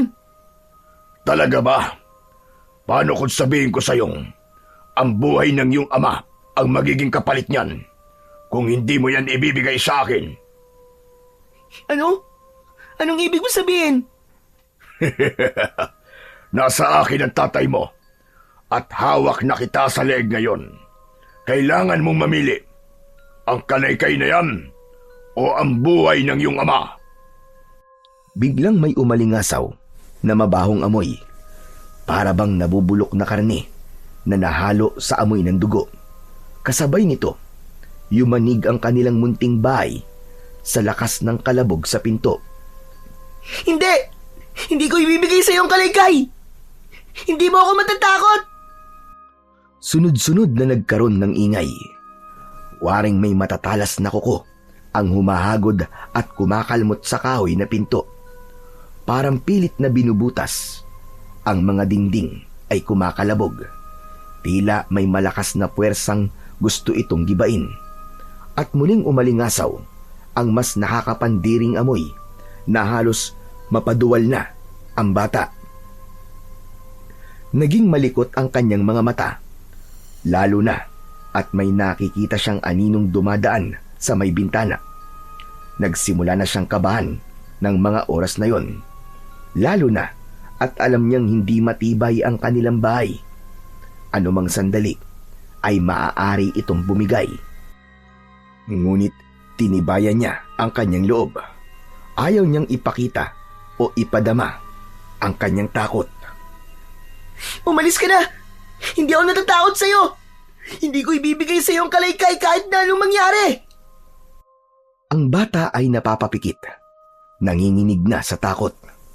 Bigla na lang isang napakalakas na kalabog ang umalingaw-ngaw at tuluyang bumigay ang isang bahagi ng kanilang dingding.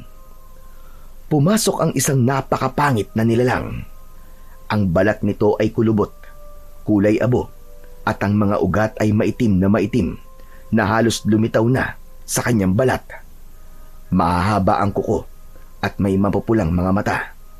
Ang bibig nito ay nakanganga. Tumutulo ang malapot na laway at nakalitaw ang mahahabang pangil. Napaatras si Willie. Hawak pa rin ang kalaykay. Ibigay mo sa akin yan. Hindi yan para sa'yo.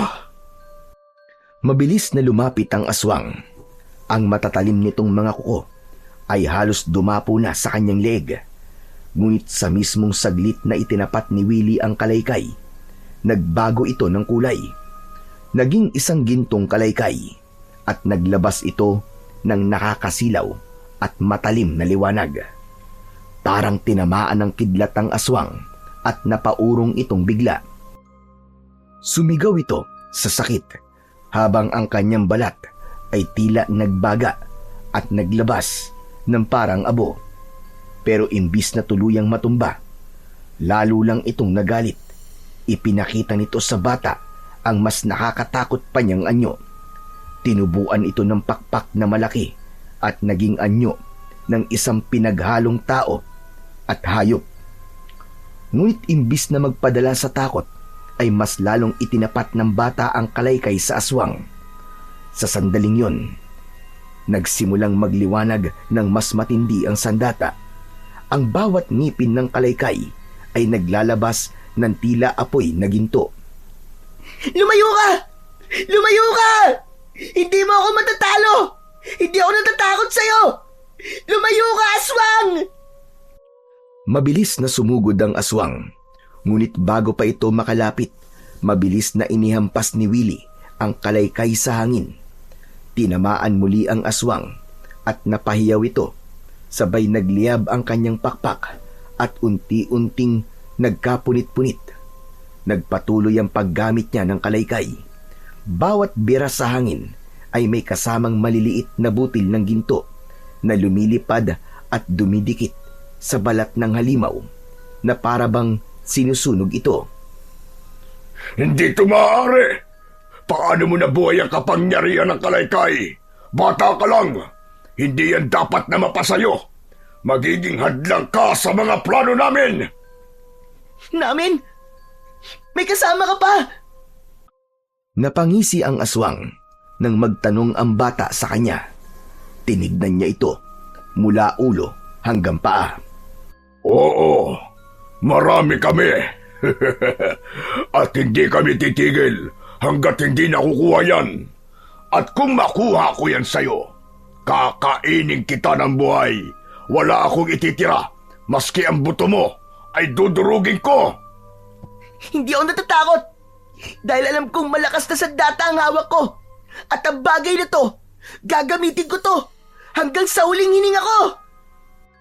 Itinaas niya ang kalaykay at sa muling paghampas nito sa hangin, biglang lumakas ang ihip ng hangin na tumama sa aswang. Napaatras ito at tumilapon pabalik sa sirang bahagi ng dingding.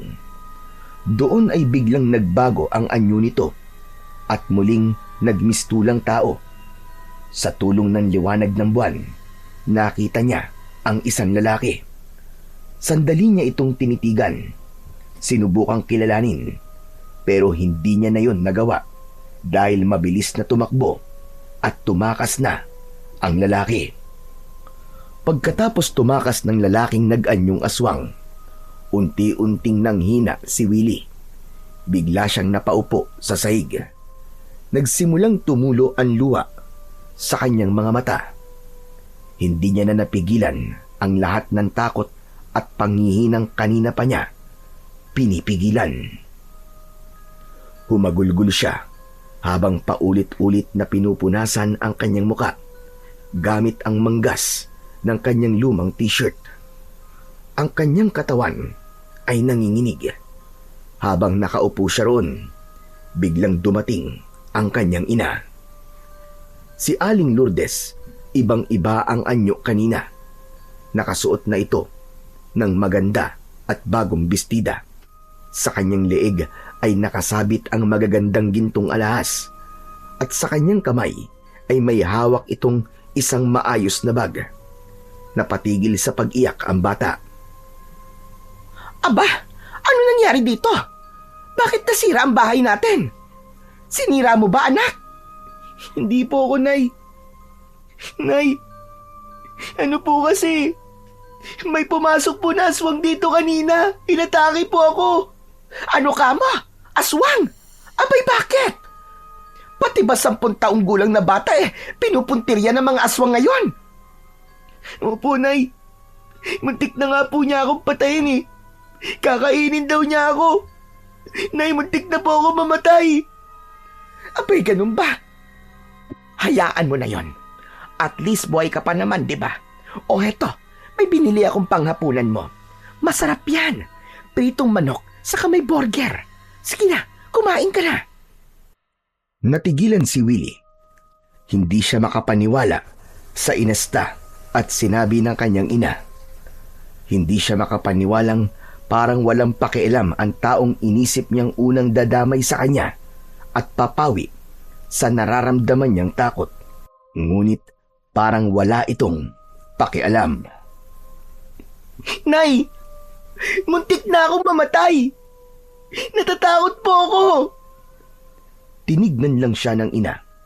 Diretso itong nagpunta sa kusina at ipinatong ang dalang pagkain sa mesa. Huwag mo nang isipin yan.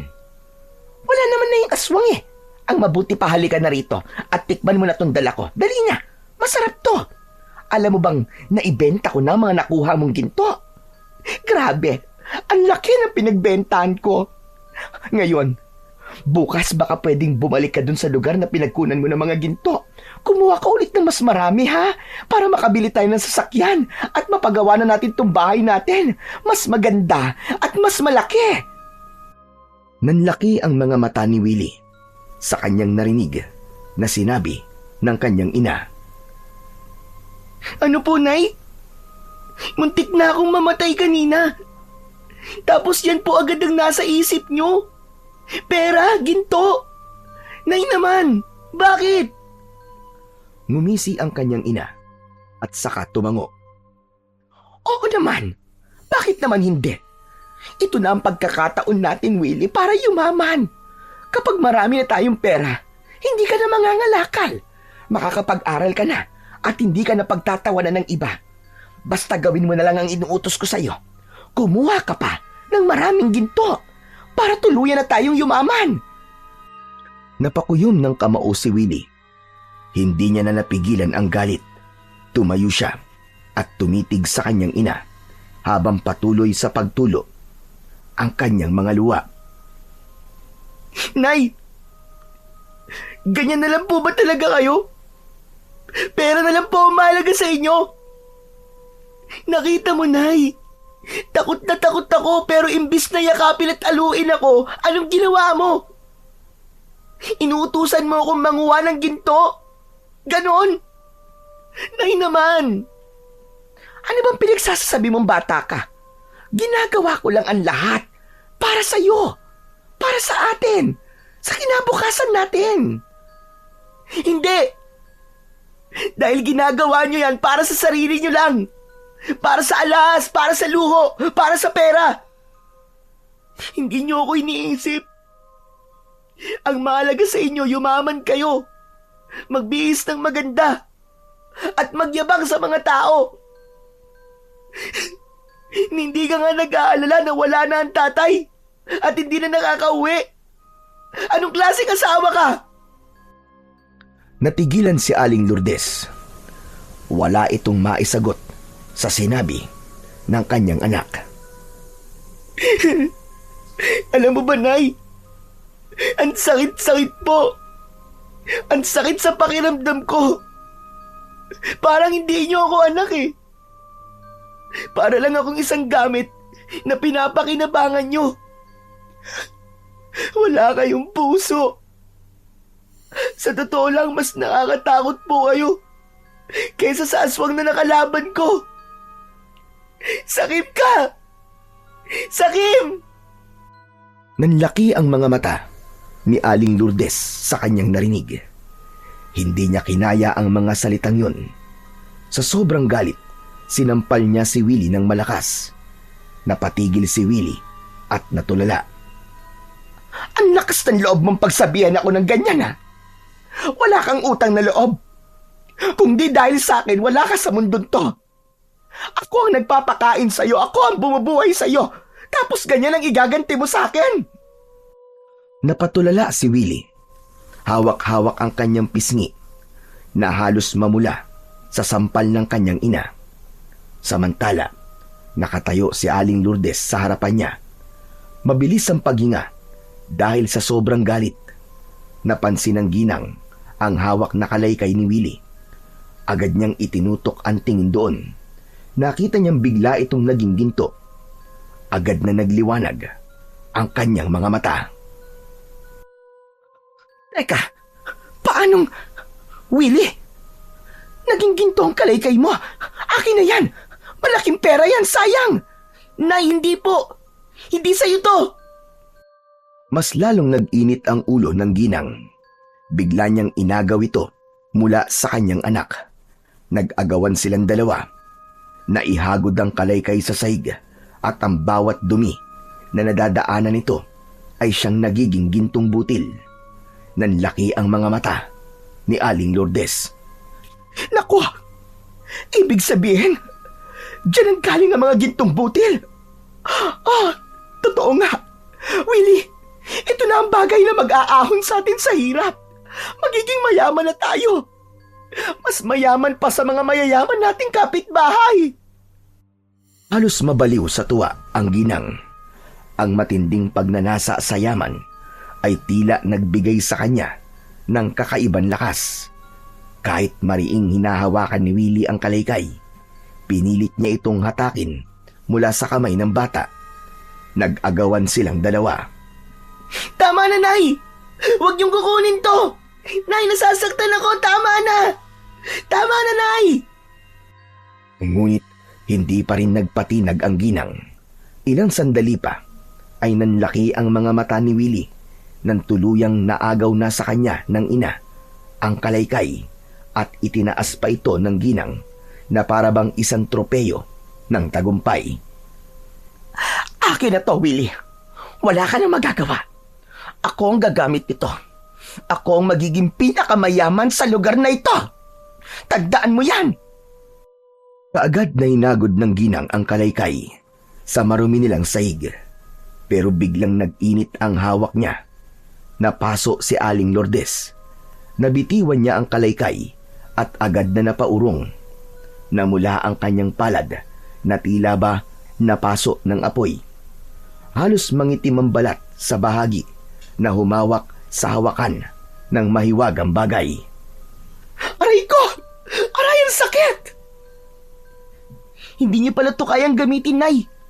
Hindi to para sa inyo. Hindi to para sa mga sakim na tulad nyo. Nanlaki ang mga mata ni Aling Lourdes.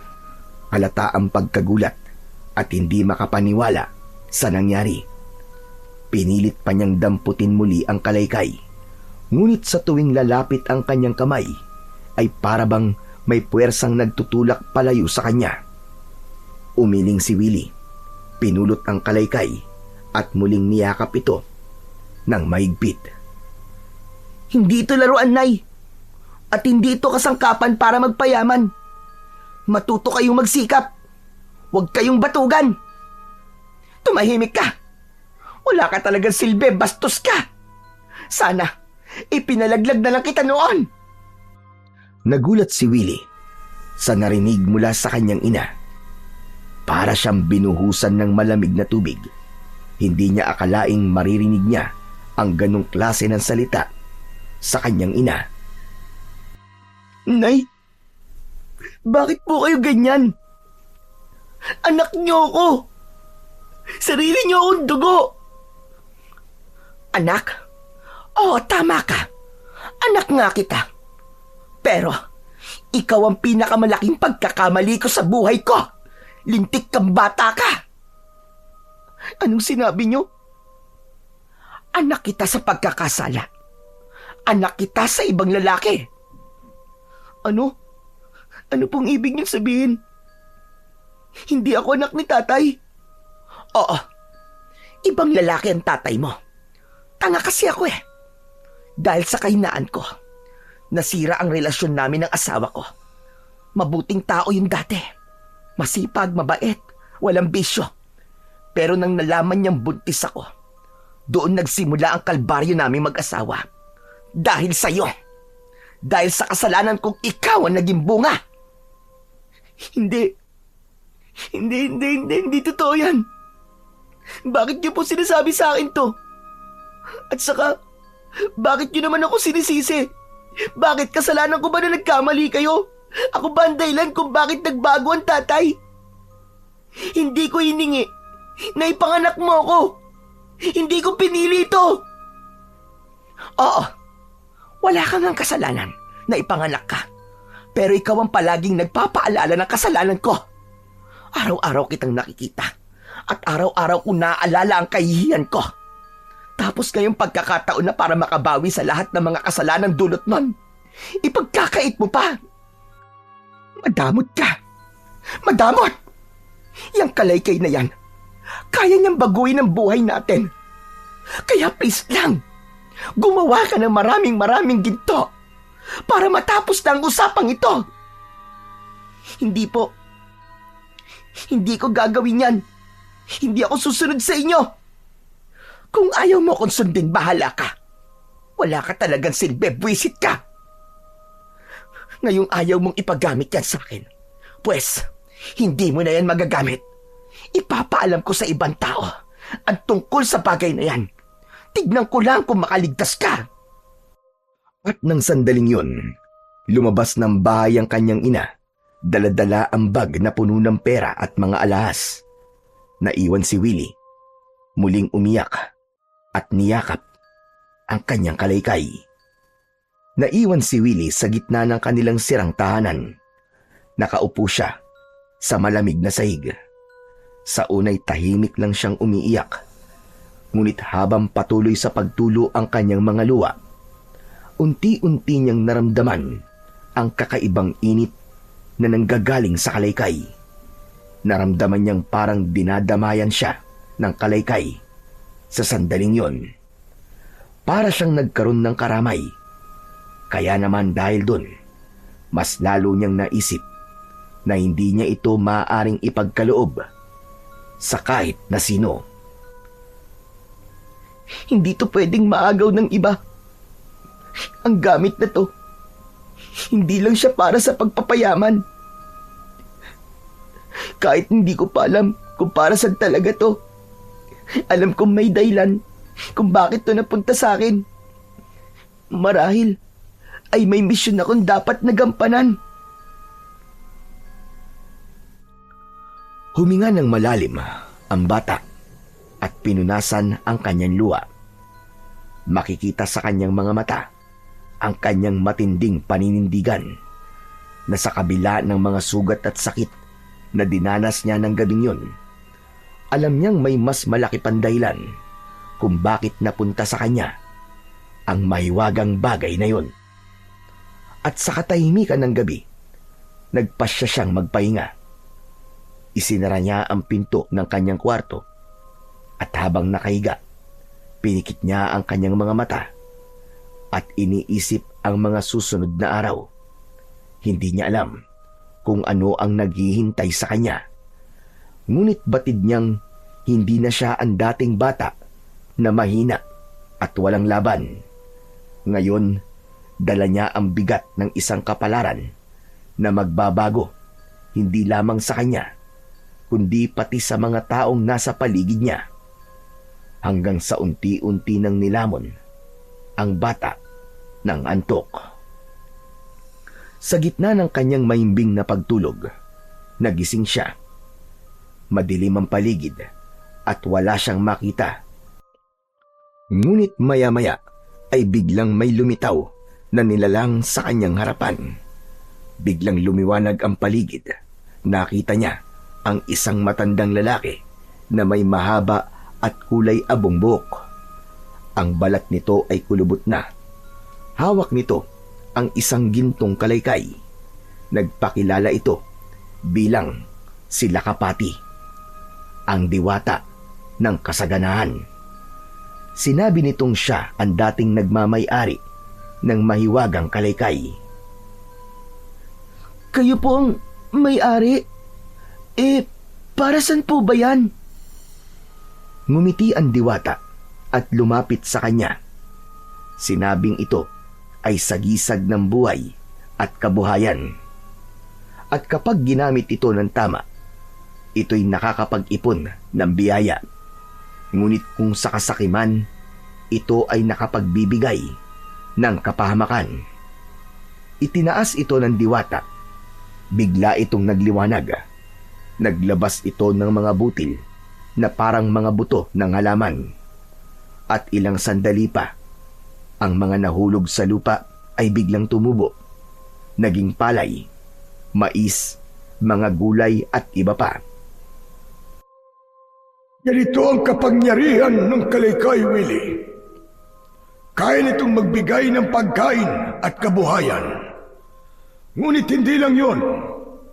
Maaari mo ritong gamitin laban sa kasamaan. Ikaw ang napiling bagong tagapangalaga dahil dalisay ang iyong puso. Ibinigay ko ito sa iyo upang tapusin din ang laganap na kasamaan dito sa inyong baryo, upang mapuksa ang aswang na palihim na ng bibiktima ng mga tao. Tumigil sandali ang diwata at muling nagsalita. Ikaw lang ang karapat-dapat na lumaban. Ikaw ang magiging sandigan ng mga taong walang laban sa dilim. Alagaan mo mabuti ang Kalaykay. Sa tamang panahon, ipapakita nito ang kabutihang nakalaan para sa iyo. Pagdilat ng mga mata ni Willie, pawis na pawis siya. Nanginginig ang kanyang mga kamay at nakatabi sa kanya ang mahiwagang Kalaykay. Hindi niya alam kung panaginip lang yun, pero alam niyang totoo ang lahat ng sinabi ng diwata sa kanya. Kinabukasan, pagkagising niya, agad niyang pinuntahan si Agassi. Nang makita ang kaibigan, agad niyang sinabi ang lahat ng mga nangyari sa kanya ng gabi. Nagulat ang kaibigan sa kanyang mga kinuwento at halos hindi makapaniwala. Ngunit ang mas lalong gumimbal sa kanya ay nang sabihin ni Willie na mukhang kilala niya kung sino ang aswang na umatake at ito ang gusto niyang puntahan ng mga oras na yon. Sino? Si Mang Erning. Ha? Ano? Paano nangyari yun? Hindi ko alam eh. Basta, kung gusto mo, alamin na lang natin kung siya nga ba talaga. Halika na, puntahan natin. Hindi na nag-aksaya ng oras ang dalawa. Nagpunta sila kagad sa junk shop. Sarado ito at walang ni isang tao sa labas. Naku, walang tao. Pasukin natin. Ano? Nababaliw ka na ba? Bakit tayo papasok dyan? Masama yun. Hindi siya pinakinggan ni Willie. Itinulak nito ang gate at agad naman yung bumukas. Wala nang nagawa si Agassi, kundi ang sumunod sa kaibigan. Dumiretso sila sa loob at tinunto ng direksyon papunta sa pahingahang kwarto ng lalaki. Sumilip sila sa bintana at doon nila nakita si Mang Erning na nakahiga sa sahig. Nanginginig ito at halatang nahihirapan. Nakahubad ang kanyang pang-itaas, kaya lantad sa kanila ang katawan nito. At doon napansin nilang parang nasunog ang kanyang braso, pataas sa balikat hanggang sa halos kalahati ng kanyang balat. Napansin nilang patuloy ang pagkasunog, parang nilalamon ng apoy na hindi nila nakikita. Biglang pumasok si Agassi. Mang Erning, ano nangyayari sa inyo? Nilingon sila ng lalaki. Pagkakita niya kay Willie at sa Kalaykay na hawak pa rin ito, ay namilog ang kanyang mga mata. Doon napatunayan ni Willie na siya nga ang aswang na umatake kagabi. Lalo na nang makita niya ang bahagyang paghaba ng pangil ng matanda habang nakatingin sa kanya. Ngunit hindi ito makakilos. Halatang hinang-hina. Maya-maya pa ay bigla silang nakarinig ng mga ungol mula sa silid na nakasara. Nagkatinginan ang dalawang bata at dali-daling pinuntahan ang pinto. Binuksan nila ito at tumambad sa kanila ang ilang tao na nakagapos at may busal sa bibig. At doon nanlaki ang mga mata ni Willie nang makita niya ang kanyang kinikilalang ama. Agad niyang nilapitan ito at kinalas ang tali. Willie! Willie, salamat anak! Salamat iniligtas mo ko! Utang ko sa iyo ang buhay ko, anak! Niyakap siya ng lalaki at doon unang naramdaman ni Willie ang init ng yakap nito. Pagkatapos nun ay kinalagan pa ng dalawang bata ang mga tali ng ibang biyag sa loob ng silid. Halata ang matinding paghihirap na dinanas ng mga ito. Puno ng pasa, ng sugat at bakas sa kanilang muka ang matinding gutom. Nang makalaya, may ilang naghurumintado at gustong bugbugin ang aswang. Pero nang makita nila ang kalagayan nito, napahinto sila. Hindi na kailangan madumihan pa ang ating kamay. Ang Diyos na mismo ang humatol sa kanya. Tahimik na tumango ang iba. May ilang umatras at umuwi na. Mabilis na kumalat sa buong baryo ang nangyari. Mabilis din dumami ang tao sa loob at labas para makiusyoso. Ang mga tao ay nagsiksikan. Bawat isa ay gustong masaksihan ang nangyayari. Gusto nilang makita ang halimaw na sikretong nananalasa sa kanilang baryo. Habang nagkakagulo ang mga tao, ang nakahandusay na si Mang Erning ay unti-unting kinakain ng paso kahit wala namang apoy. Ang kanyang ungol ay palakas ng palakas. Naghirap ito ng todo, lalo pa at maraming nakatingin sa kanya na parang hinihintay ng lahat ang kanyang kamatayan. Sa huli, isang malakas na sigaw ang kanyang pinakawalan. At pagkatapos nun, ay bumalong ang katahimikan. Dahan-dahan itong nalusaw sa mismong sahig ng kanyang junk shop. Walang natira kundi abo at amoy ng pagkasunog. Pagkaraan ng araw na yon, nanumbalik ang katahimikan sa baryo. Nawala na ang banta ng aswang at isang bagong pag-asa ang sumibol sa kanilang komunidad. Samantala si Willie, imbis na gamitin ang kalaykay sa pagpapayaman, ay ginamit niya ito para palaguin ang mga pananim ng mga magsasaka. Dahil sa tulong nito, naging masigla ang mga tanim. Dumami ang mga ani, dumami ang biyaya sa kanilang baryo, at sumigla ang kabuhayan ng lahat ng mga tao. Ganon din si Agassi. Ang buhay ng kanilang ina ay nagbago. Ang gintong ipinatago ni Willie sa kaibigan ay ibinigay na niya dito. Nakapagpatayo sila ng kanyang ina ng maayos na bahay at nangako ang ina ni Agassi na magbabago na at hindi na muling magsusugal. Ngunit hindi lang ang pamilya ng kaibigan ang nagbago, kundi maging ang kanyang ama na dating lasenggo at walang direksyon ay natuto ng magpigil at nagsimulang magbanat ng buto para makatulong sa kanilang kabuhayan. Ang kanyang ina naman na minsang binalot ng kasakiman ay bumalik sa kanilang bahay. Labis ang pagsisisi nito matapos manakawan at muntik nang mapahamak dahil sa mga dala niyang alas at pera. Doon niya naunawaan na walang halaga ang kayamanan kung ang kapalit naman ito ay kapahamakan at pagkasira ng kanyang pamilya. Masayang masaya si Willie dahil naayos ang lahat ng bagay sa pamilya. Bagamat hindi na ipinakilala sa kanya ang tunay na ama, mahalaga para sa kanya ay nagkapatawaran na ang kanyang ama at ina at pinili nilang ayusin ang buhay nila. Para kay Willie, sapat na ang makitang nagkaayos at nagkapatawaran ang mga taong mahalaga sa kanya. Araw-araw ay gumagaan ang pakiramdam niya. Ang dating mga sigawan at away ay napalitan ng tawanan at yun ang pinakamagandang biyaya na natanggap niya sa buong buhay niya.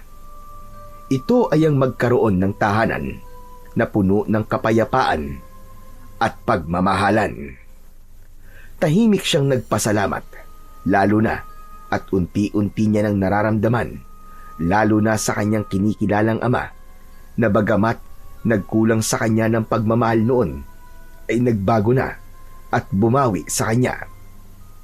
Natutunan niyang ang tunay na pamilya ay hindi nasusukat sa dugo, kundi sa pagpapatawad, pagtanggap at paninindigan sa isa't isa. Sa kabila ng lahat ng pinagdaanan, natutunan ni Willie na ang tunay na halaga ng kapangyarihan ay hindi nasusukat sa ginto o kayamanan, kundi sa kung paano ito nagiging daan para sa kabutihan ng mas nakararami. Nabaon sa kanyang isipan na ang kasakiman ay laging nagbubunga ng kapahamakan, samantalang ang kabutihan ay nagdudulot ng walang hanggang biyaya. Sa kanyang murang edad, natutunan niya na ang tunay na yaman ay matatagpuan sa pagkakaroon ng pamilyang nagmamahalan at sa pusong handang tumulong sa kapwa. Sa huli, hindi lamang siya naging tagapagdala ng mahiwagang kalaykay. Siya ay naging sagisag ng pag-asa, sakripisyo at pagbabago, hindi lamang para sa kanyang pamilya, kundi para sa buong baryo na kanyang tunay na yaman.